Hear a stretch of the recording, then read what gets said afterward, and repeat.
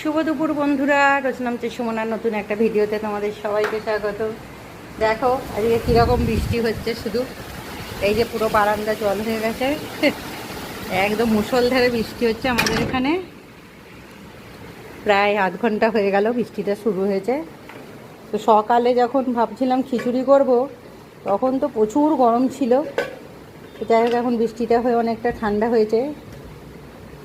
বিকালে যেন থেমে যায়, নাহলে সবার পুজোটা একদম মাটি হয়ে যাবে।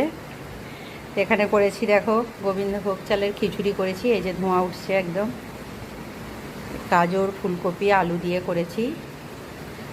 তেজপাতা, শুকনো লঙ্কা, গরম মশলা ফোড়ন দিয়েছিলাম, আদা বাটা, টমেটো দিয়ে করেছি। একদম মাখা মাখা করে। আর তার সাথে এখানে আছে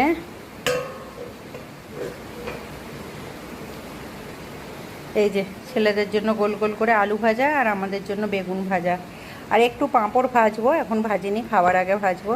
চাটনি করবো ভেবেছিলাম, কিন্তু কাল থেকে প্রচুর মিষ্টি খাওয়া হচ্ছে, তাই জন্য আর চাটনি করিনি। তো কেমন লাগলো আজকে আমার মঙ্গলবারের মেনু, সবাই কমেন্ট করো। টাটা।